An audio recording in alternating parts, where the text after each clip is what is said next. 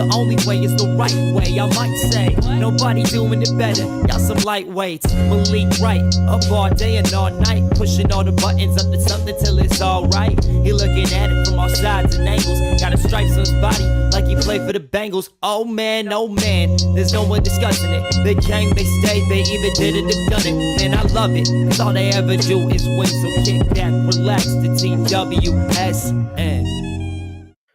Thank you guys for tuning in to another episode of the Sit Down Morning Show with Malik Wright. I'm your host, Malik Wright, presented by the Right Way Sports Network.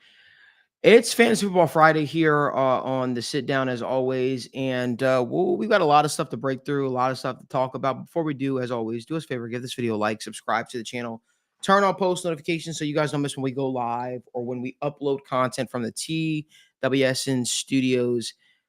Daniel, let's get into it. I wanted to talk this morning. Obviously, it's only week 3 of the NFL, but there got to be some coaches that are feeling the pressure.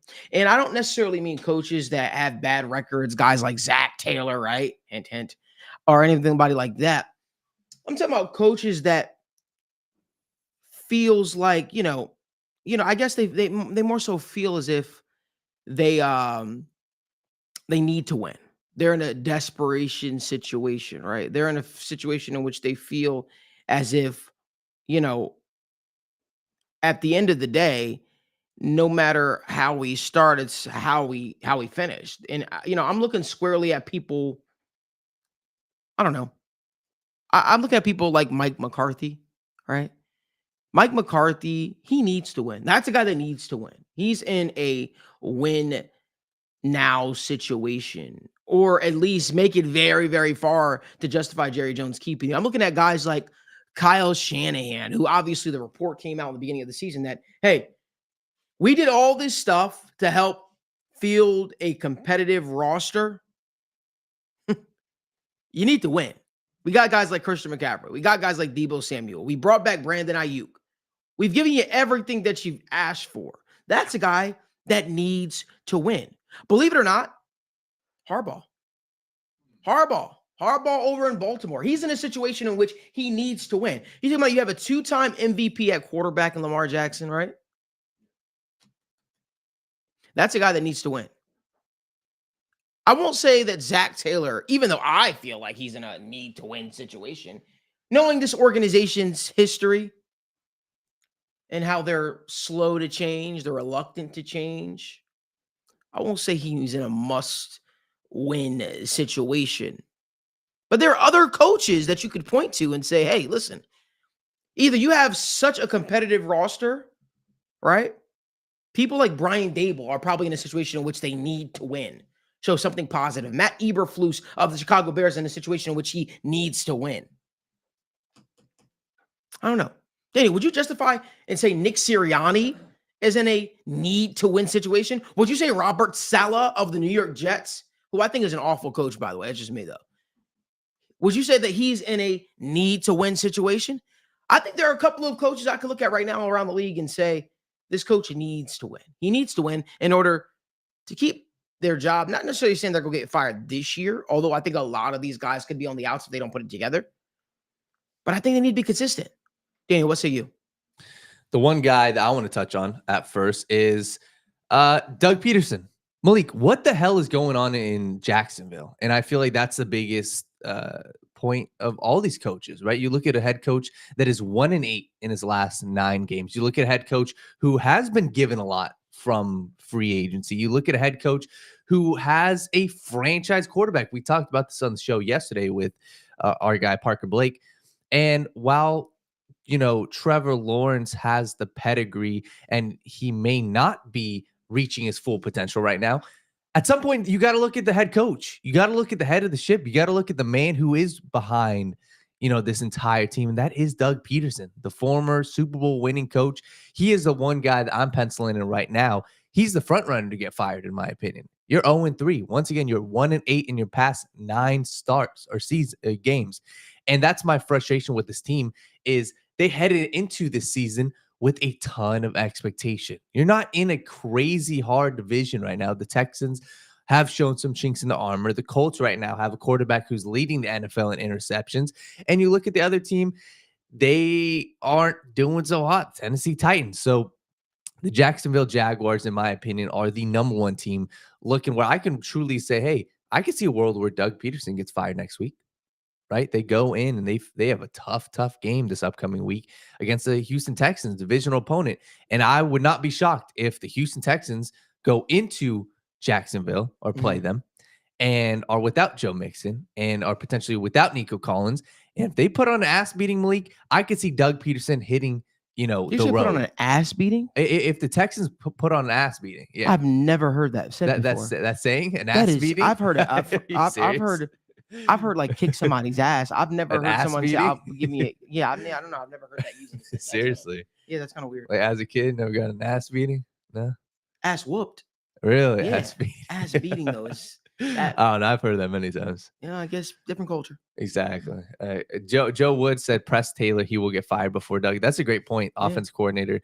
Definitely. I could totally see that. But at the end of the day, right, this doesn't fall on the offensive coordinator. Press Taylor does share a large portion of the blame so far, but it's the head coach.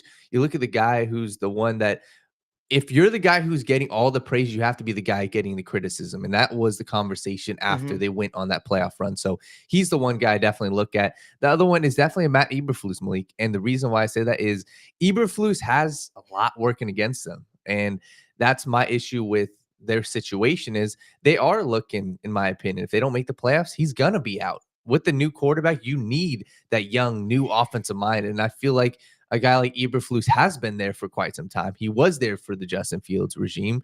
And I can see a world where if they don't make the playoffs, if Caleb Williams looks good, but they're not winning games, I feel like for right or for wrong, he will get scapegoated. Let me just say this: were you just referring to Eberflus? You saying? What did I say? Eberflus? Yeah, Matt. Is that what you were? Yeah. Okay, let me just say this. I think there's no world in which Chicago Bears make the playoffs. So I think I know you just use that as an example. Yeah. There's no world in which they make the playoffs. So we could just even. Yo, that's crazy. People are going That's crazy in the comments crazy. right now. We appreciate y'all. This is my favorite part of the day. I swear, man.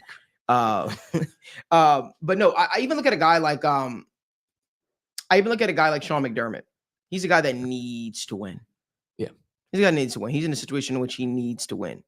But I think that I don't know. I think that like Eberflus is. I always felt like he's on his way out, if you will. I never felt like he was going to be the guy to complete this journey, if you will, with us. And then we've got our good friend Noah, who happens to be in the studio right now watching us. He says, how about Nick Sirianni's play calling in Philly last week? What were your thoughts, Daniel, on that? I thought it was atrocious. And I think that's where the conversation, we had this about Jalen Hurts. We had this about Sirianni. Who is it? I believe both are at fault. And when you look at Sirianni, I really struggle to see how, I think that they're going to keep him. I think that right now they're having success. They're looking good. They're not looking great, but they're looking fine.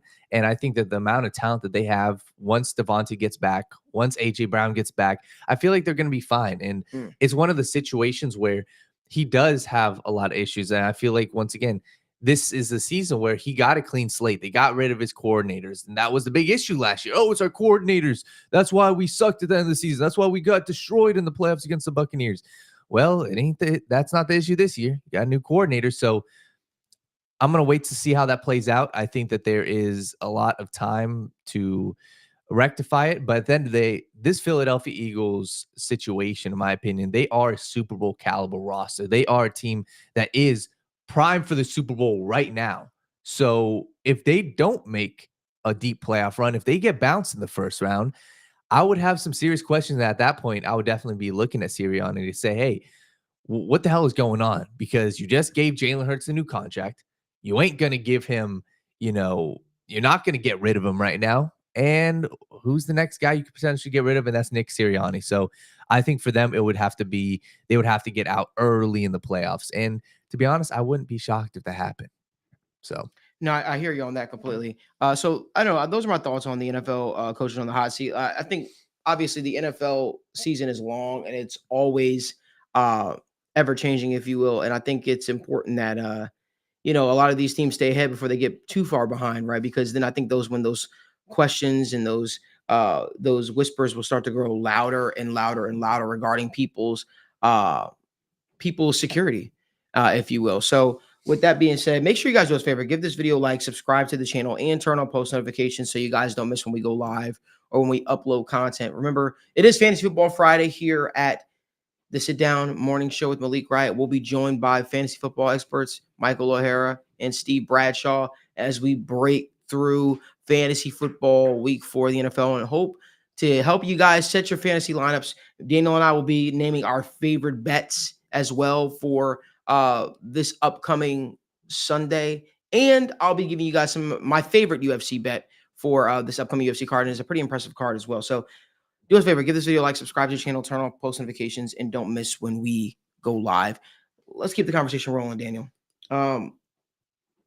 Let's talk about some of the games that are on slate for week 4. Yes. So show some of the games that are on slate for week 4. Daniel, what are some of your favorite ones? Let me hear from you. Yeah. So first, I think it's important that we do discuss the Jaguars and Texans game. I think that's the one, in my opinion, where that has the most ramifications. I think that is a game where, first off, you look at the Houston Texans. What they ain't a juggernaut.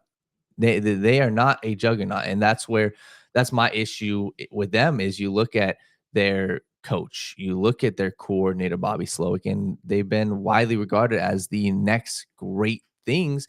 And my issue with them is you look at who they're facing, and it's the Jacksonville Jaguars. This should be a cakewalk. This is the game where, hey, you're facing an 0-3 team, but I feel like it's going to be a gritty game. I feel it's going to be a grimy game. And in my opinion, what I would personally want, I want a clean cut result. I don't know if it's going to happen, but I want either one of these two teams. I want the Jaguars to either put on, a clinic and go into Houston and show why you're not an 0-3 team, and show why, Doug Peterson is the guy. But if I were to predict how this game were to go, Malik, I think it's going to be a close game. I think the Jacksonville Jaguars, I think they can make it a close game.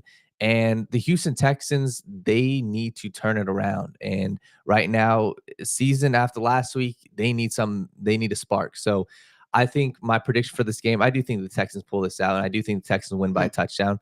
And like I said, I think the Texans are the better football team. I think the Texans rushing defense is, one of the best in the NFL, despite last week what happened. You looked at what that was. That was a lot of turnovers from CJ Stroud. That was a lot of, miscommunication, a lot of, inefficiency on third down. So I think what happens is I think the Texans rectify it. I think the Texans are the real deal. I think that they are a team that I put up in the top 4 with the Chiefs, with the Bills, and hopefully with the Bengals. I think those are the 4 teams I really think are the serious contenders for the Super Bowl in the AFC.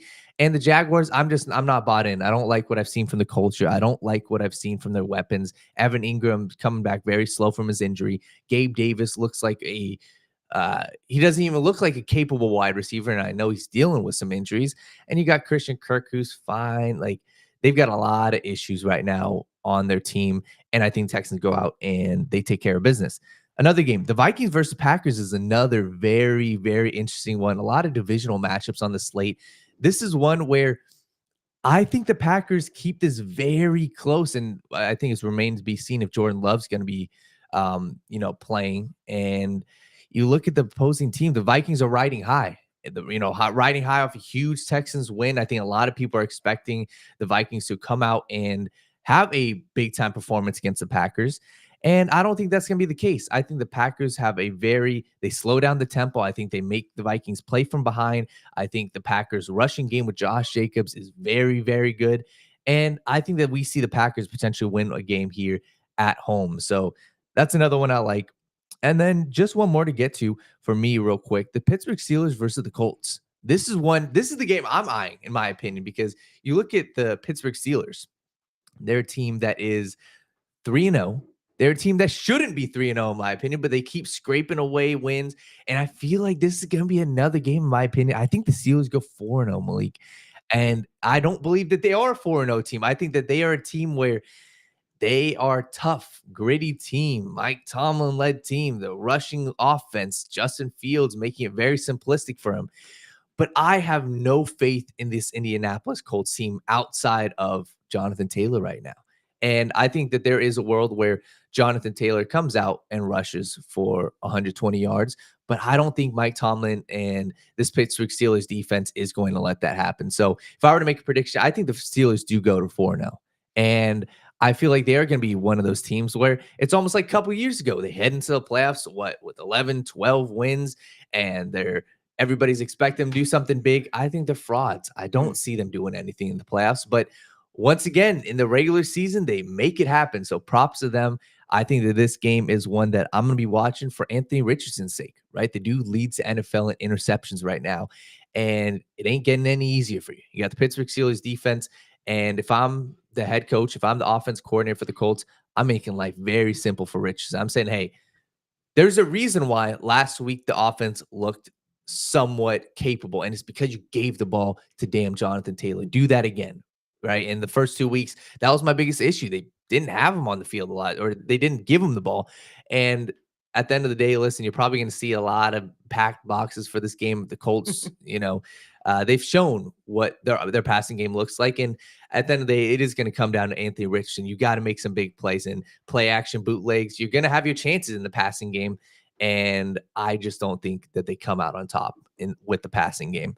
So I want to cut you off real quick. I thought you brought up some good games. Here's a game that I got my eyes fixated on, if you will. It's the Saints at Falcons, because I think that the Saints look really, really good this football season, and I think that the Falcons came with a lot of hype. They're starting to round into form a little bit right now, but that's a pivotal matchup right there, right?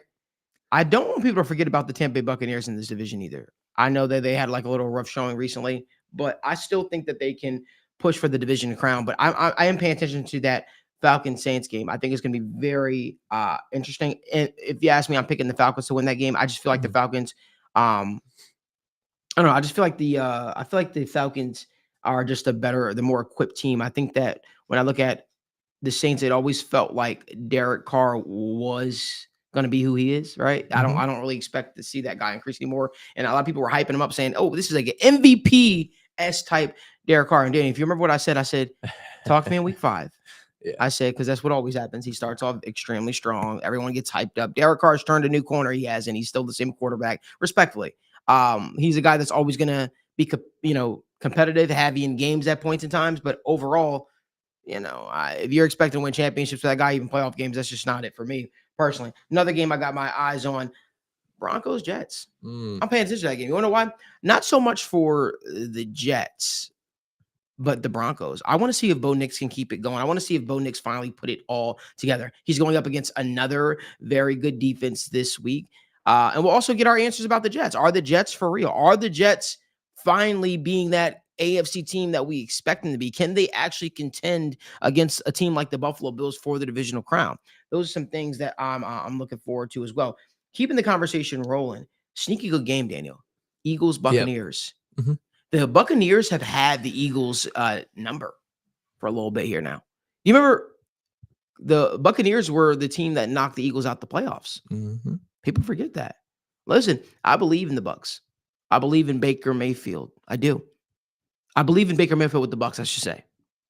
And I think that they could put a competitive roster out there that could really make life a little more difficult. Sneaky good game this week as well, Danny, keeping the conversation rolling. Chiefs versus Chargers.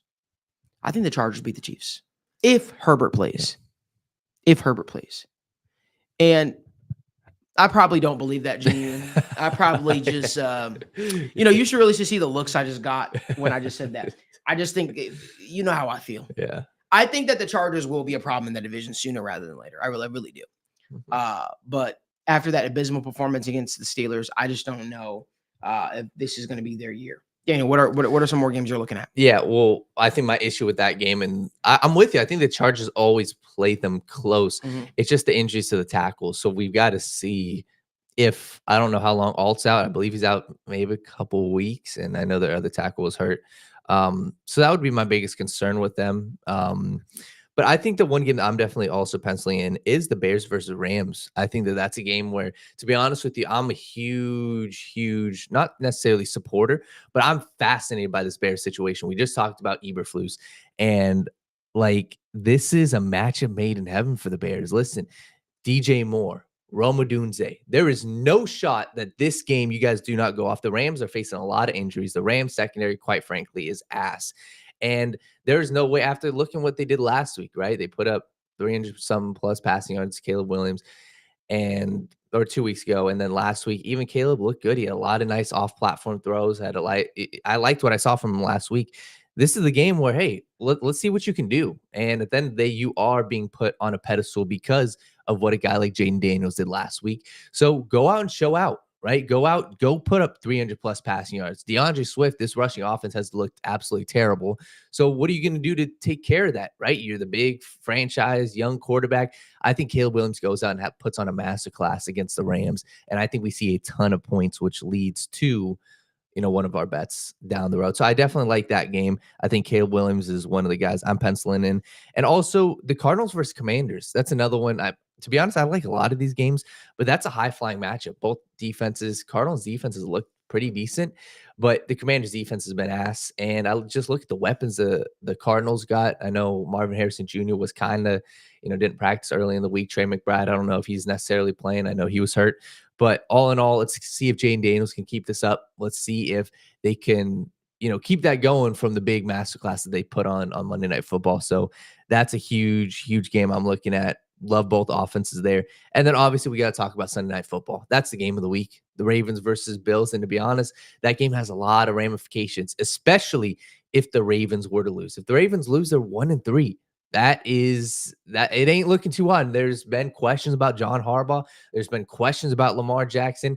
And I think that this game would really test, what the Ravens got going on. So that's a game, to be honest, I don't have an answer to who's going to win. I think that game is far too close to tell. It's in Baltimore. If the Ravens win, it doesn't really show a lot. It says, hey, they're a competitive team. But if the Ravens were to lose, I think that puts them in a massive, massive hole. At 1-3, that's something that can definitely be an issue. And the Bills too, Malik. I mean, the Bills look good. So yeah. I feel like we're on the same page with them. I think they'll continue to look good the rest of the regular season. But there's one game that's Monday Night Football on Monday Night Football. I mean, sorry. Yeah, Monday Night Football. Yeah. I don't think it's Monday Night Football worthy. I just don't care to see it too much. I know you're different. I really don't give two shits about these teams respectfully. And that's the Seahawks and the Lions. Like, to me, I feel like really? Okay. I thought it was the other one. For that match. Not prime time. Yeah. There's other games that you could have put on prime time, but I get it. Somebody's got to fill the slot. You're not a huge fan. You haven't bought into the Lions. No. Yeah. Because I don't believe in Jared Goff. Yeah. You know me. I'm a very simple guy. I think he's a stuck in the mud quarterback. I've said that. And when I say stuck in the mud quarterback, let me give you Malik's definition. Guys that aren't very mobile. Guys that need a situation that's extremely perfect around them in order to make things work. Jared Goff is very similar to Derek Carr in that way for me. Yeah. And I feel like those guys kind of benefit a lot from maybe the situation around them versus actually uplifting the situation. I do feel like maybe I don't know, I'm not going to go that far, but I just think that the Lions have made themselves believe that they can win with Jared Goff. Yep. And I think they're going to find out very shortly. There was a reason why Sean McVay moved off of him. And Sean McVay has worked with a lot of quarterbacks. And if he was willing to move off of Jared Goff as quickly as he did after already making it to a Super Bowl, that should tell you a lot, right? And I get it. Like, Jared Goff is a guy that's always going to be competitive. He's always going to be a guy that can, score. But his good games are good. His bad games are bad, right? You get the inconsistent play. You get the throwing behind the sticks, especially when you need a first down. You get all of that sometimes when it comes to a Jared Goff. So for me, he doesn't move me too much. I think what's always going to hold this Lions team back, and I think we're going to look back at it and say, damn, that was a very good Lions football team, is the fact that their quarterback. I think they need somebody at the quarterback position that can transcend the position. It's not enough, right? It's not enough. And I love what Bert Chase says in the comment section. He feels like he feels similarly about Brock Purdy. I say, at least Brock Purdy does what he does at an elite, efficient level. Yep. That is what I will say. They don't ask him to do too much, but when it comes to executing that system, he does it at an elite Brock Purdy level. I don't feel like Jared Goff plays at a Jared Goff elite level on a consistent basis. And that's just my thoughts. And listen, Jared Goff, somebody said Goff is very Dalton-esque, except for some reason, everyone likes Goff. Don't know why. Yeah, I mean, I get it. I mean, he's a Cali boy, like, he's got a lot going for him. He's made it to Super Bowls, and Dalton never made it to Super Bowls, and Dalton never won playoff games. Yeah. Like, so I think that's what creates a little bit of fool's gold. But I'm willing to bet on this hill Jared Goff will never win a Super Bowl as a starting quarterback in his career. Those are my thoughts. Yeah. I just don't think the Lions can win with him. And maybe they'll come to terms with that sooner rather than later. But that's just my thoughts. And didn't they give the guy an extension? Yeah. Yeah. So I mean, it is what it is. You're tied at the hip with that guy. Guess we'll see what happens when guys start leaving that roster. But keep the conversation rolling. Appreciate you guys tuning in as well. Give this video a like, subscribe to the channel, turn on post notifications so you guys don't miss when we go live or when we upload content. Let's move on over to our Bengals talk, Daniel. Let's move on over to our Bengals talk. So Bengals are 0-3, and they are taking on the Carolina Panthers this week. Their former quarterback, Andy Dalton. It doesn't get too much, I guess, bigger than this game for the Bengals. All right, we can say what we want, right?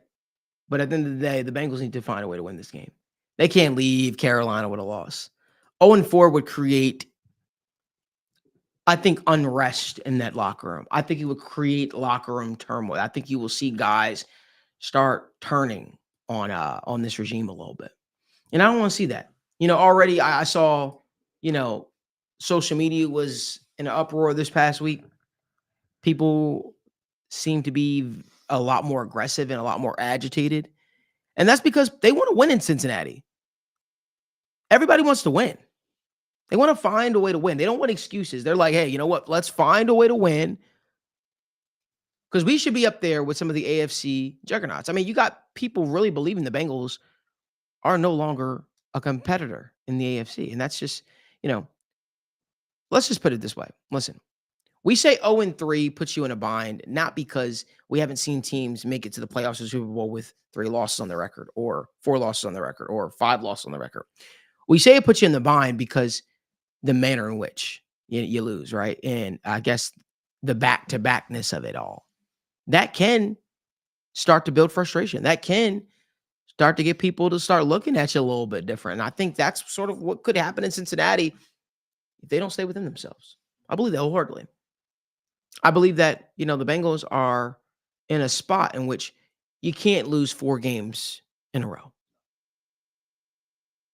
We've seen this team lose because, they're notoriously for starting slow. They're notoriously for starting slow. And we've talked about this. And they always tend to gain steam after September. This has happened every year since Zach Taylor's been the coach. They've started out slow in September. I have one goal for the Bengals, Daniel. And that's not to leave September without a victory. It's that simple. Right?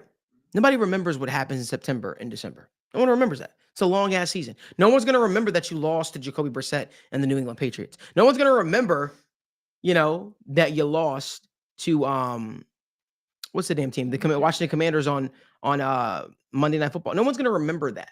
I'll tell you what people will remember, though. If you are able to string together a couple victories, right? And then you find yourself in the playoff conversation. Remember, the Bengals have 3 losses on the record without even playing a divisional game yet. Now, if you were to go 0-3 in division, now we're like, okay, things are looking a little bleak. But you lost to an NFC opponent, right? And 2 AFC opponents. One of the AFC opponents won't even be in the playoff picture. We can talk about that right now. Fact of the matter is, I think this Bengals football team's best football is ahead of them.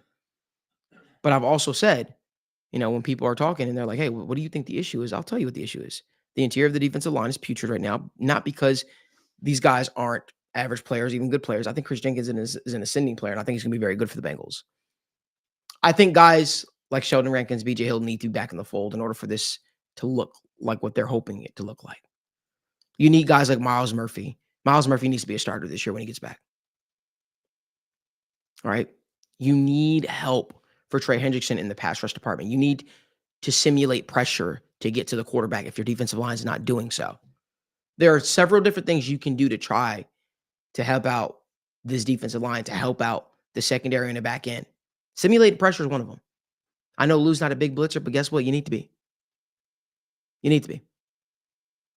I think this Bengals football team is best football is ahead of them. And I hope that the game plan involves pressuring the Red Rifle, getting him off his platform, making him uncomfortable, right?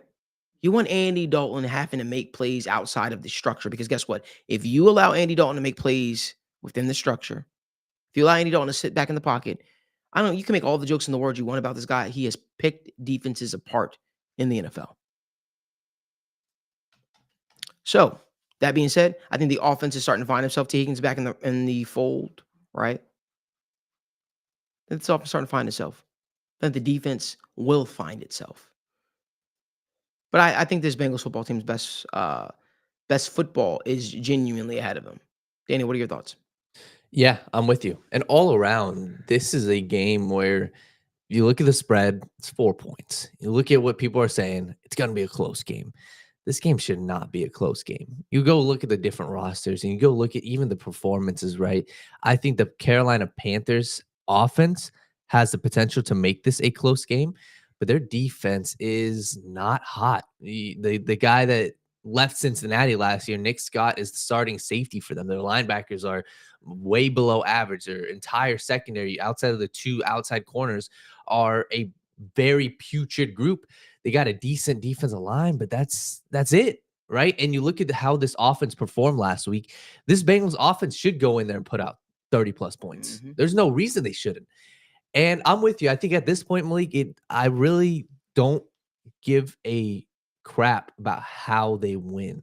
And I think the best example of this, you go look at the Baltimore Ravens last week. The Baltimore Ravens went into Dallas and they took care of business. And leaving the plane, there was obviously a funny video that came out. Marlon Humphrey was on, live and recorded Lamar. Lamar's like, I don't care. Like, he just wants to win. And look at this Ravens team right now. They are 1-2. They are in a far different position than 0-3. And I think that that's the exact situation for the Bengals. I don't care how they win. I don't care if it's a come from behind victory. I don't care if they win by 1 point. If you leave Carolina with a W, you saved your season. Like, hey, you live to fight another week, because if they leave Carolina with a loss, it gets spooky. 0-4 is and I think you hit the nail on the head, Malik. At the end of the day, this roster inside their 4 walls, they know what they have. And quite frankly, if I look at the players, I feel like if they start out 0-4, a guy like Jamar Chase, there is no world, and this is from my perspective, there's no world where Jamar Chase blames himself for these 3 losses. If I look at Joe Burrow, maybe he's the leader in him is going to say he blames himself. But if they go 0-4 and he puts on another 300-yard performance, I doubt Joe Burrow's going to look at himself and say, hey, I'm the reason why we lost. Maybe I could have done better, but I'm the sole reason. No, they're going to look for someone to blame. And that's the issue. If you go 0-4, it gets spooky inside the locker room. I don't even think they'll care about the outside noise anymore. They're going to start looking to each other. They're going to start looking to the coaching staff. They're going to start looking to the ownership, to the organization, to the GM. And that's my issue with this game is, hey, it really is a win or a lot of stuff happens. So that's my concern with the overall concern with this game. But looking at the actual matchup for this, I believe the Panthers have a very good running game. But one of the best offensive linemen got hurt, Damian Lewis. He won't be playing. And all around, Adam Thielen's not playing. You have to deal with Deontay Johnson I've seen that, though. And that's what I'm saying. Yeah. And a rookie, Xavier Legette. Like, Xavier, it's not anything crazy. And that's my frustration with this is this should be the Bengals defensive game to get back into this. So all around, I think that this Bengals offense is on a roll. I think that they put up 30+ points. And I do think that the Carolina Panthers start off the game hot with, pounding the rock, Andy Dalton playing, the game managing role. My biggest key, and this is what I've been saying, this is what I'm looking forward to seeing, you have to force turnovers. If they don't force the turnover, I can see a world where they lose this game. Even if you don't force turnovers necessarily, you got to force stops. Bears. Yeah. The Commanders scored on every drive last week. Yeah. That can't happen. That just shouldn't happen in football. And, it's very easy to be like, oh, well, we want to lock down defense. And these defenses aren't locking down teams in the NFL nowadays. These offenses are just too high powered, and it's such an offensive friendly league, if you will, where they get a lot more calls than the defensive side. They get a lot more calls in their favor than the defensive side of the ball does. So it's one of those things where it's going to be very difficult to quote unquote lock offenses down now in the NFL on a consistent basis. But I definitely think that the Bengals need to keep the fundamentals the main thing, right? Tackle effectively, cover effectively, and stay within yourself. Mm-hmm. You got a player in Andy Dalton this week where you know what he does. He was your franchise quarterback for over 8 years here in Cincinnati. You know what he does best. You know that pre-snap recognition is something that is big in his game, right? And it's like that's where he likes to. That's where he excels. Where his game is. You have to change the picture up on that guy if you're trying to have some success. Mm-hmm. You can't have the same picture be what it is when you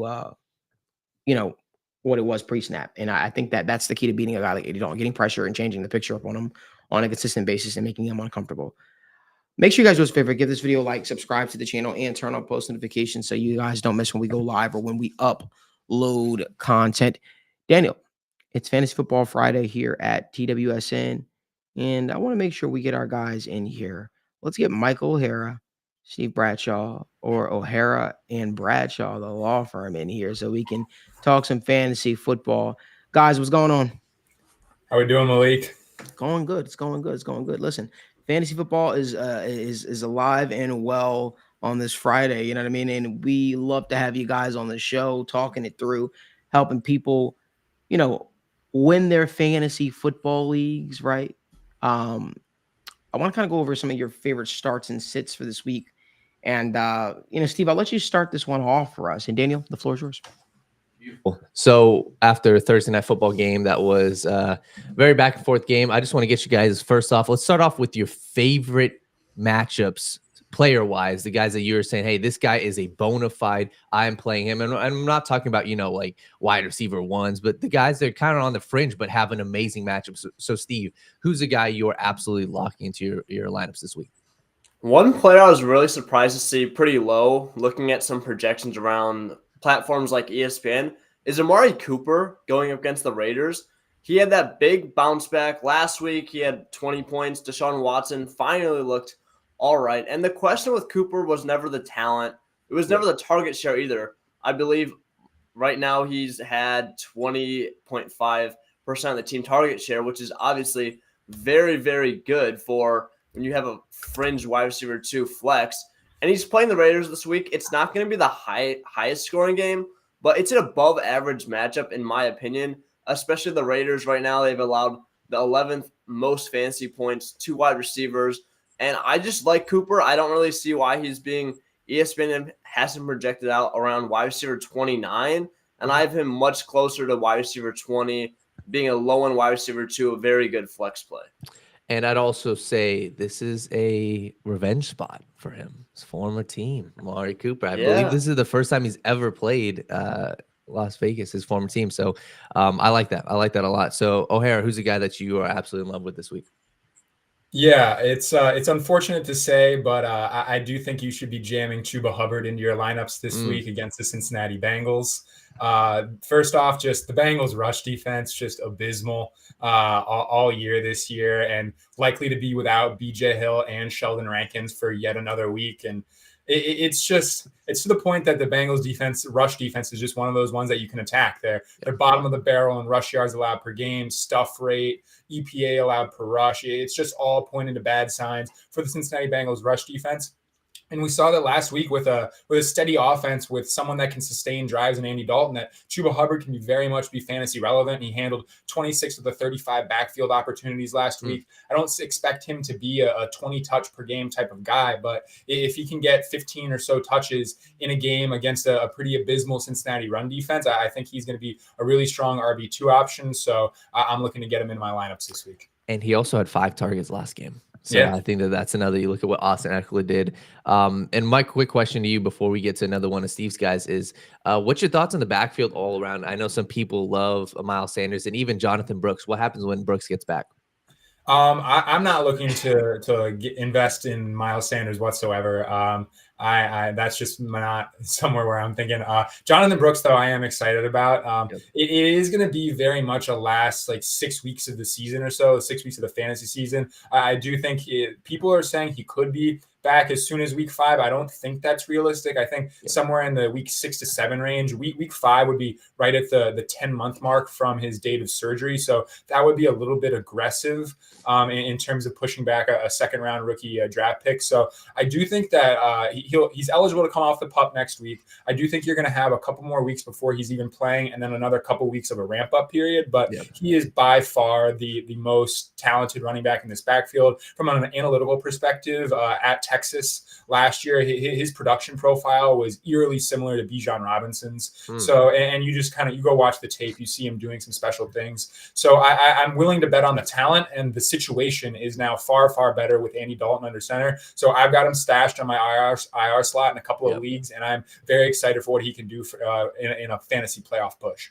For sure. Steve, give us another guy that you are a huge fan of this week, whether it's matchup or whether it's just opportunity based, and give us a quarterback or a running back, I would say.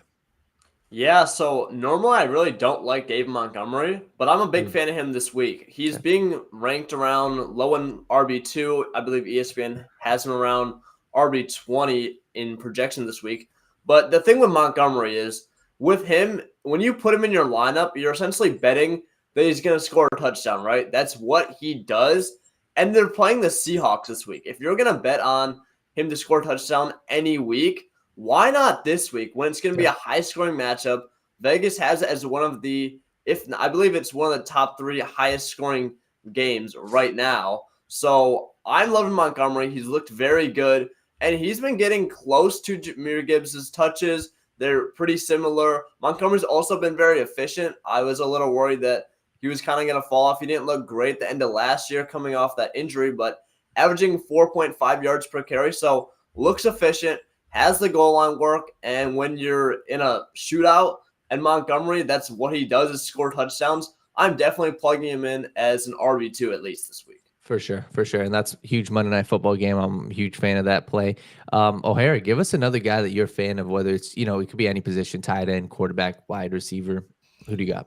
Yeah, I'm actually going to go with Khalil Shakir here. Okay. Entering the season, it was looking like the pass catching room in Buffalo was going to be a little bit murky, and a lot of people had pegged Dalton Kincaid as the new go-to guy for Josh Allen. But thus far, it's been Khalil Shakir. He leads the team in overall targets, target share, and he boasts a ridiculous 100% catch rate. He's caught literally every single target that's come his way. And after these kinds of performances, I mean, we've seen Josh Allen just gushing over him after the Monday Night Football game. He says, "I love that freaking football player," and just along the lines of that. And I do think that it's a tougher matchup against the Ravens this week, but I do think it's going to be a closer game. And we saw that the Bills offense can take a pass-heavy approach and be highly successful in that. So I do like Khalil Shakir with a pretty steady floor at your flex, just because he does get kind of those shallow to intermediate targets. He's not much of a deep threat. So in PPR leagues, he's going to provide you with a respectable floor. And just given the offensive environment created by Josh Allen, I do think he has some legitimate upside.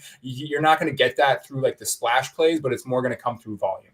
For sure. And that's the one thing I'm with you. I mean, he got 5 targets the week before. He got 6 targets last week. I think he's just kind of that floor guy, and he's a guy that Josh Allen trusts a lot. So let's switch it over to guys that you guys aren't fans of, right? Guys that have either a bad matchup or are getting overhyped. Steve, we'll start with you. Who's the guy that you are absolutely fading and even sitting this week? Yeah, one player that I'm absolutely sitting is DeAndre Swift. He's actually still projected out as RB23 on ESPN, which would make him a low-end RB2. I don't get it at all. I've watched every single game.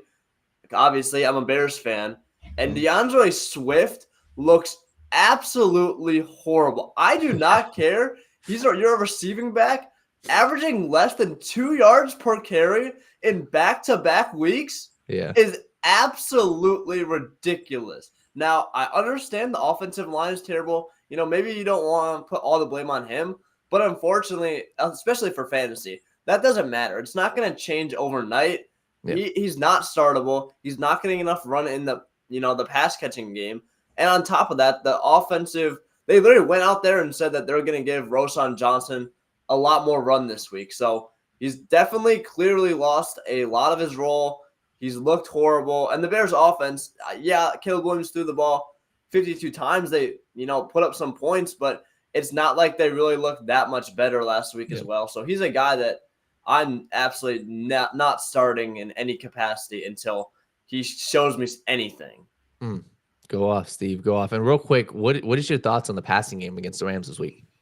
I do like it. I think that it should be another improvement. I said last week that I don't think that Williams is going to crush, but I do think that he's going to have a step up and a bounce back. And I think it's another good pass-happy environment for Caleb and the Bears too. He's getting Keenan Allen back too, which I feel like is a little underrated. People forget he had 11 targets in week 1. So I think it's going to be another step up. It's not going to be a massive jump yet, in my opinion. I think there's just still too many holes with the line. Caleb does need to make some better decisions, but I think they're going to continue to improve. And I think it's a good situation against the Rams. All right, Mike, give us one of the guys that you are just not a fan of, whether it's matchup, whatever it is, a guy that you are absolutely fading this week. Yeah, I tweeted about it a couple days ago. I don't think it's ridiculous to bench Garrett Wilson this week. Okay. He's squaring off against Pat Surtain and the Broncos secondary, and Surtain is one of those few shadow lockdown corners. I talked about it last week with him squaring off against Christian Gonzalez before Thursday Night Football, and he's just going back to another one of those guys who it's just absolutely brutal if your wide receiver 1 is facing off against him. Pat Surtain in the last 3 weeks, he's faced off against DK Metcalf, George Pickens, and Mike Evans. He's held them to a combined 53 receiving yards in those 3 games. And he's graded really poorly on PFF because he's committed a lot of penalties.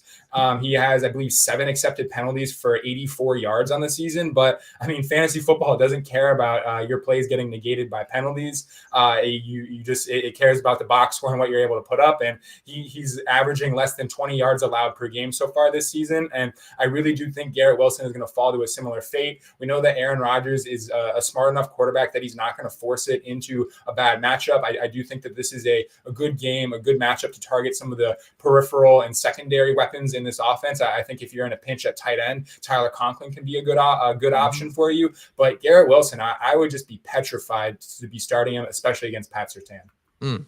I'm with you. I think that like I said, that even with something I've seen from Pat Surtain is like against the Pickens matchup, there were a couple times where he just held him, right? Pickens had him beat, the dude just held him. So it's like actual football wise, that helps out your team, but fantasy wise, if you're getting held, it doesn't matter. it don't matter. So we'll get to some of these questions and then we'll get kind of you guys' final takeaways and anything you guys want to discuss for this upcoming week. Jacob V had a question. What's your guys' confidence level on guys like Josh Jacobs and Tyreek Hill? And Steve, we'll start off with you. Josh Jacobs, it entirely depends if Jordan Love plays. If he doesn't, then, I mean, you're probably going to have to start him as an RB2 just based on where you drafted him. But I definitely feel fairly again, I don't think that Love is going to be 100% if he does play. But I think Jacobs is going to be solid enough to where you should be getting, close to RB2 production if he does play. Tyreek Hill, obviously, you should be very concerned. We saw how bad last week was, and honestly, I think Tyler Huntley could very well be a downgrade as well for fantasy because I think he is the better player for the Dolphins. I think it's the right move, but he also runs the ball a lot more. He's going to take away some of that passing volume. He's going to be a lot closer to the line of scrimmage, which doesn't necessarily help the deep threat in Tyreek Hill. But at the same time, people forget that you want to talk about guys that are transcending situation. You have Malik Neighbors doing it in New York. Yeah. And people forget Tyreek Hill is one of the best wide receivers in the NFL. It would not surprise me at all if he went out there and had 25 points. But at the same time, I wouldn't necessarily say I'm shocked if he had 5 points again. For sure. Mike, are you, in addition to this question, are you buying a guy like Tyreek Hill? Because I feel like a lot of people are very, very low on him right now for the rest of the season. I mean, obviously, it comes down to price. In my rest of season rankings, I have him as a high-end wide receiver 2. Just because there really is no clarity on this Tua Tagovailoa situation. We do know that he is going to miss at a minimum of 3 more games as he's been after he was placed on IR last week. So it really just does depend. We've seen Tyreek Hill have some spike weeks with these backup quarterbacks in the past when Tua has been injured, but it's just so much more volatile than you would like it to be. It's not necessarily George Pickens-esque, but it's just like in that sense where it can be 5 points one week and then the next week it's 22, 25. You still have to start him. And if someone really is just fully pushing the panic button and really isn't tuned in to kind of what that Tua, like the reports that are coming out are seeming like Tua wants to come back to the field and that he will at some point. I mean, you can hold your own opinion on whether you think that's right or wrong, but the reports that I've seen are that he is going to make a push to play again this year. So we'll see what ends up happening. But yeah, I think you could go buy him if you can just sell off like a low end wide receiver 2 to someone who has Tyreek Hill and is really just in a dire spot and in need of wins, and you've got some depth and you're in a good spot to make a playoff push. I think it's a fine spot, but I agree with Steve. It's a spot for the next handful of weeks at a minimum that you should be pretty concerned about what you've got with Tyreek Hill. But like I said before, you just have to start him. I mean, you know what the ceiling is, regardless of quarterback talent. You just have to put him in, and you're just going to be dealing with some duds more often than you would like. Completely. So we'll finish off with one last takeaway from each of you guys. What's a prediction that you guys have, whether it's a bold prediction or something that you're putting your stamp on for this week? Player specific, it could be any player, good or bad. We'll start off with Steve. Give us one take for this upcoming week. I think Dalton Kincaid is going to show out, and he kind of had a slow start to the year. I think people were forgetting. You're talking about Shakir. I think he's been very good. But I think we're forgetting who Kincaid was. It just seemed like the beginning of the year, slow start, and then he was finally picking up steam in that one game where he got kneed in the head, and it kind of put him down for the rest of the game. But play against the Ravens, it should be a good game. Wouldn't be surprised if it turns into a high-scoring matchup, and they're definitely forced to rely on Kincaid. I just think that in a tight end landscape that is absolutely disgusting right now, this is one of the worst weeks that I've seen it in a long time. I think Kincaid is going to come out here and show that he will be an elite tight end for the rest of the season. I love it. And Mike, who you got? Yeah, my take for the week is I think Nico Collins will go for 150 receiving yards this week. If you're in the fantasy space at all, you've seen just what kind of absolute nut matchup this is for Nico Collins this week. Nico Collins, he just absolutely destroys man coverage, and the Jacksonville Jaguars are the only secondary in the NFL who's running man coverage at over a 50% clip this season.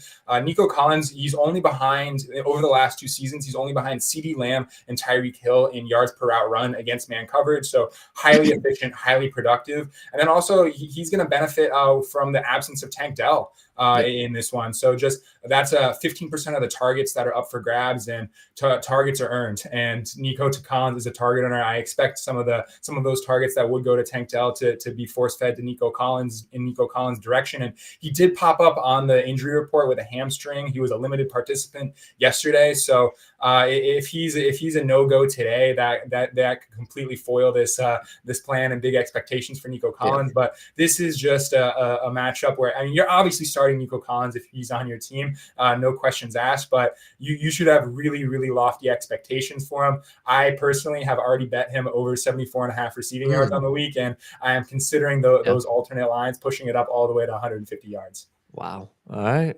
That's I'm with you on the Nico Collins type for sure. So yeah, I love it. Malik. Yep. Well, listen, guys, we appreciate y'all for tuning in as y'all always do each and every single Friday for Fantasy Football Fridays here at TWS. And as we know, fantasy football is king. It wouldn't be a Friday if I didn't ask, how are you guys doing in your respective fantasy football leagues? Steve, I'll start with you because I kind of poked at Mike a little bit yesterday on the show. I'm doing pretty good. We were talking about Tyreek Hill, made a big trade getting Tyreek Hill in my main home league. Just being active, it's looking up. Things are looking good, I will say, especially in a lot of my leagues. I have a ton of Malik neighbors this year. And man, it's been a fun ride these past few weeks watching him play.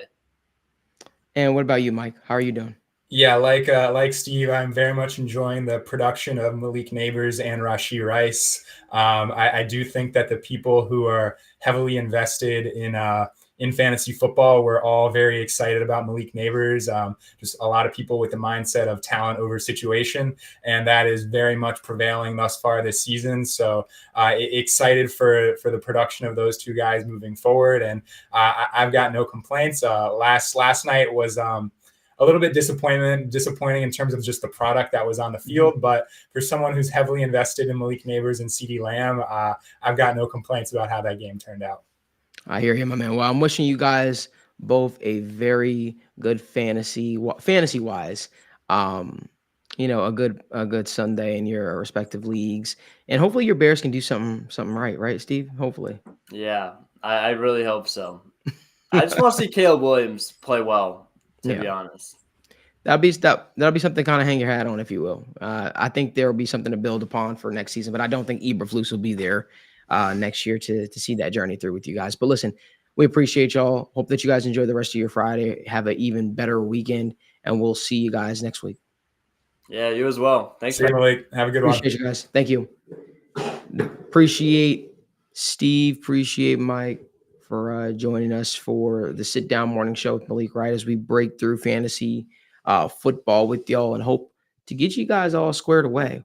I want to move on over to our bets best, but before we do, make sure you guys do us a favor, give this video a like, subscribe to the channel, and turn on post notifications so you guys don't miss when we go live or when we upload content. Here's what I'll say. I'm going to give you guys 3 props that I really like for this weekend's game, but here's what I'll say.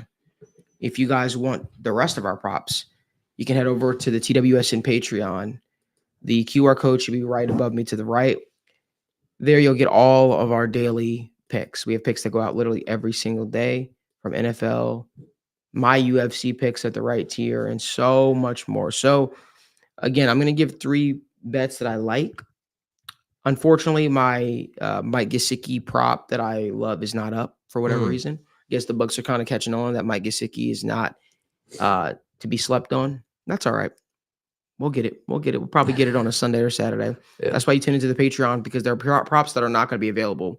But I'll tell you what I like so far. I'll give you 3 props. That's it. And I have Daniel only give you 2 because Daniel has a tendency to give more. You were right.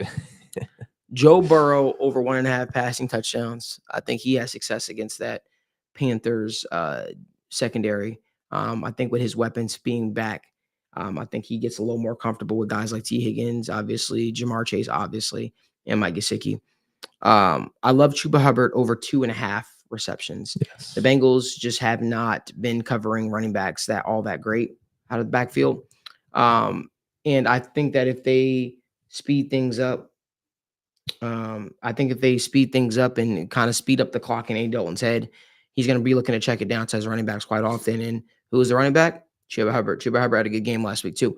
And for the last one, I was going to go with Romeo Dobbs, to be honest with you, Daniel, but I just don't know how I feel. Obviously, Jordan Love coming back, but also B-Flow has a way of just making life hell for quarterbacks. So I don't think I'll go with that, but I'll go with Jonathan Taylor over 1.5 receptions. Ooh. Jonathan Taylor over 1.5 receptions is a prop that I like. Listen, I think that the Colts would be wise if they included that guy more in the offense and made him more of a focal point from a receiving standpoint, from a running game standpoint, on just everything. Take the pressure off of your young quarterback who clearly is in over his head at point in times. But Jonathan Taylor over 1.5 receptions is a prop that I absolutely like. Danny, what about you? Yeah, I'll give you guys 2 props I love. The first one, I've been a huge fan of these interception props. Give me Anthony Richardson to have an interception. Dude's had a pick in all 3 games, and you look at the defense he's going up against. It's the Pittsburgh Steelers, and like we discussed, they've got, a team in the Colts that they know what they're going to do. They know they're going to try to run the ball, and I think Anthony's going to have a ton of opportunities to throw the ball. Give me Anthony Richardson to have an interception, and I also like a sneaky one. I like a weird one. It's for Monday Night Football, so we will have our full Sunday props on the Patreon. Give me Devon Achane under rushing yards. This is probably one of my favorite plays of the week. You look at the Tennessee Titans defense. We've raved about it. Jeffrey Simmons, Devondre Sweat. They've got a bunch of guys on that defensive line. And you look at who's passing the ball for the Miami Dolphins. It's probably going to be Tyler Huntley. So the passing game isn't very good. So what's the Titans going to do? Their MO is to stack the box. Devon Achane last game without Tua Tagovailoa, he didn't run the ball a lot. Only got a couple carries, and I think we see the same exact thing this week. Give me his under on rushing yards. And I know unders can be grimy, but Malik, that is probably my favorite bet for the week. So love Devon Achane under and Anthony Richardson to throw a pick. Sounds good, man. I think that's gonna be a very profitable week. We did pretty good last week as well, and I look forward to doing well again this week. So pretty pumped up to see how that could work in our favor. Make sure you guys give this video a like, subscribe to the channel, and turn on post notifications so you guys don't miss when we go live. Listen, UFC is taking place this weekend, Daniel, and I kind of feel bad because I kind of gave out my favorite prop yesterday's show, but I'll just say it again. Again, all my UFC props will be on the TWSN Patreon once everything gets sort of squared away. So I'm going to do this in real time, Daniel. But while I'm putting this together, what is your favorite fight that you're looking forward to in this card? The favorite fight, I think, is definitely it's the second fight or second to last fight. I do like the Brendan Allen fight a lot. I think this is one that isn't getting talked about enough. And like I said, I've been a huge supporter of Brendan Allen. I think, I think he's a very, very good fighter, and I think his performances have been great. But I did have to go back and really look at who was he beating? What type of fighters was he beating? What was the style of fights that he was beating? Paul Craig, he absolutely dominated, but Paul's not a good. He's not a great striker. And this is the matchup I'm really looking forward to. And like I said, it goes one of two ways. I think Imavov can put himself on the map. He can go and starch Brendan Allen. Only 2 times Allen's loss is by KO or TKO. Or I see a world where Brendan Allen just takes this a 5-round monster. He's got good cardio. I think if he can figure out a way to make Imavov wrestle, I think it could be a very long night. But I do like Imavov's takedown defense. So it's really one or the other. I'm going to play Imavov probably by KO round 2, round 1, round 2, round 3, a little sprinkle. And I'm going to play Brendan Allen to win by decision to cover my ass. That is such a sneaky fight. I think Brendan Allen winds up winning that fight. I really believe that he does. And I think he does so by taking this fight to the ground and just drowning a guy like Imavov. But I'm going to tell you something real quick. Usually I talk about the bets that I like. There are bets that I don't like. And sometimes I feel like Vegas goes out there and they have a heavy misread on some stuff. So I'll tell you, Ludovic Klein is taking on Roosevelt Roberts this weekend. And let me tell you something. I'm not the biggest Roosevelt Roberts fan, but this guy is a veteran. This guy is a dog. He's not an easy guy to finish. I think Ludovic Klein could win this fight and should win this fight. I just don't feel like Ludovic Klein is a minus 1250 that big of a favorite. I don't think he should be a minus 1250 favorite over Roosevelt Roberts, because there is a world in which Roosevelt Roberts goes out there and starches Ludovic Klein. There is a world in which Roosevelt Roberts hurts Ludovic Klein. Ludovic goes for a takedown and Roosevelt puts him in his guillotine. There's a world in which that happens. I don't know.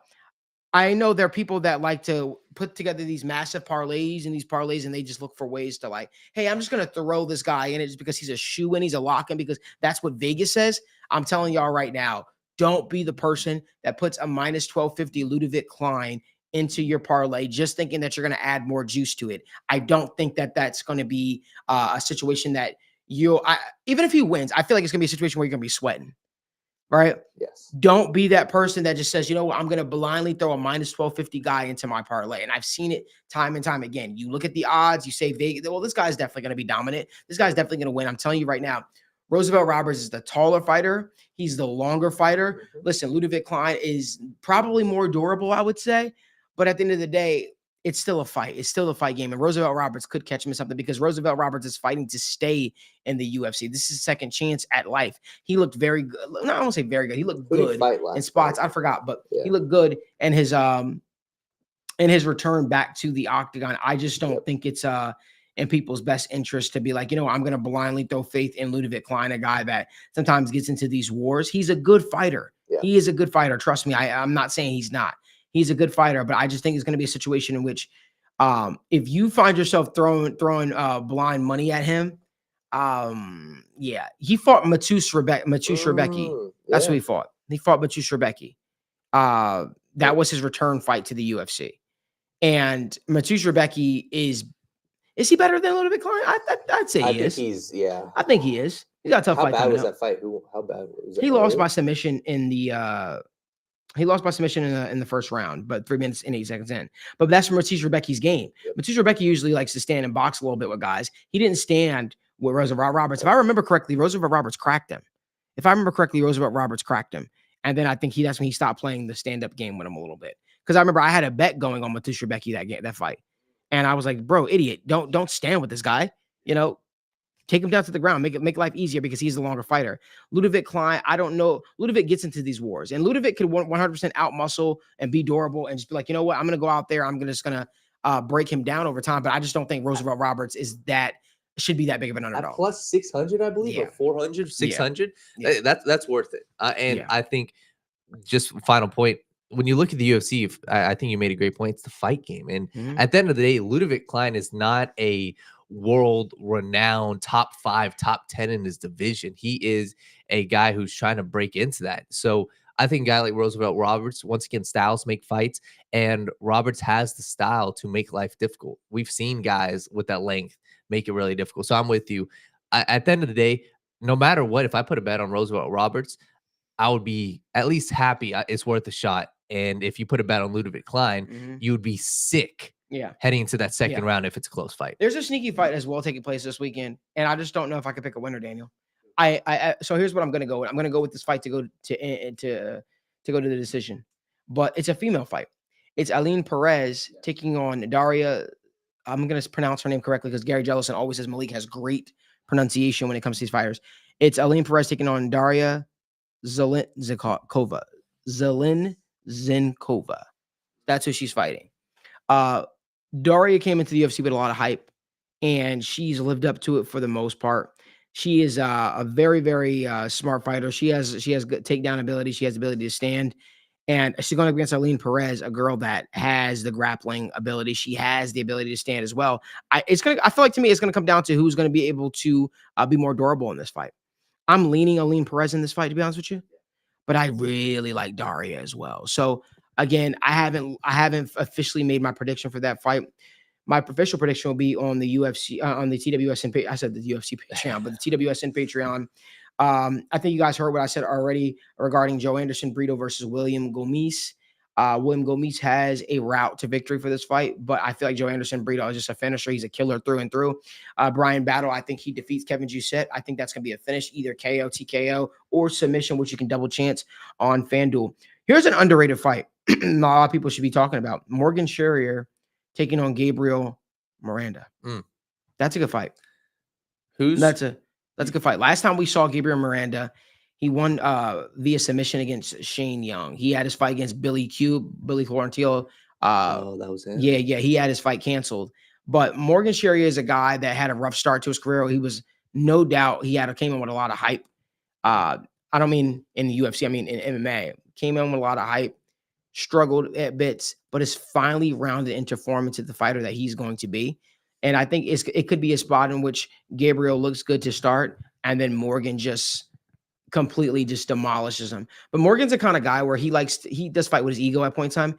It wouldn't shock me if Morgan tries to go out there and submit Gabriel Miranda just to prove that he's the better, well-mixed martial artist. He's better on the feet. He's better on the ground. It's going to be a good fight. What are your thoughts, though, Daniel? Yeah, no, I'm with you. I think that's definitely one where I have like Morgan. I thought, heading into this UFC, I was definitely a fan of him. But all around, I'm with you. Yeah. One fight real quick. One thing I'll say about that fight, staying on that fight. If you are looking to bet Morgan Sherrier, Morgan is already the heavy favorite in that fight. I would, versus throwing money on it right now, I'd wait for the fight to start a little bit, see if you can get Morgan a live bet, because sometimes Morgan likes to take a round off or takes a little bit of time off to figure out what his opponent's trying to do to him. And I think you can probably get better odds at that. Completely. And just the one thing I wanted to say, I believe Taylor Lapilus is on this card, right? Yes, he is. He was the one, and I just want to make this point because I remember watching him.